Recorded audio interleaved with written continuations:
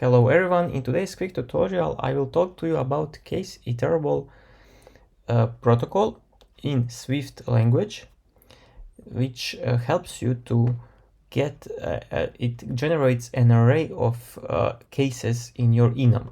So let's say, for example, here we have some enum vector that has 3 cases: sunny, windy, rainy. And what you can do with this protocol is make our enum to conform to it, a type that provides a collection of all of its values. Okay, and what it does, what it gives to you is that you can now let's say print vector.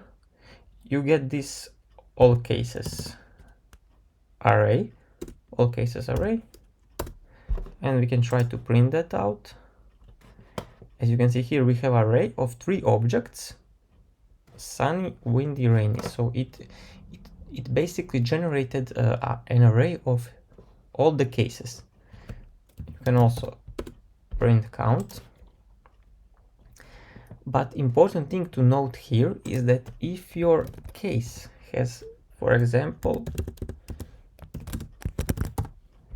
some parameter,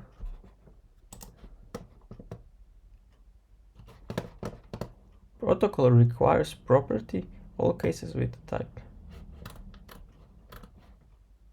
Okay, so now it does not conform to protocol CaseIterable, because you can't use this when some of your cases has some property with custom value.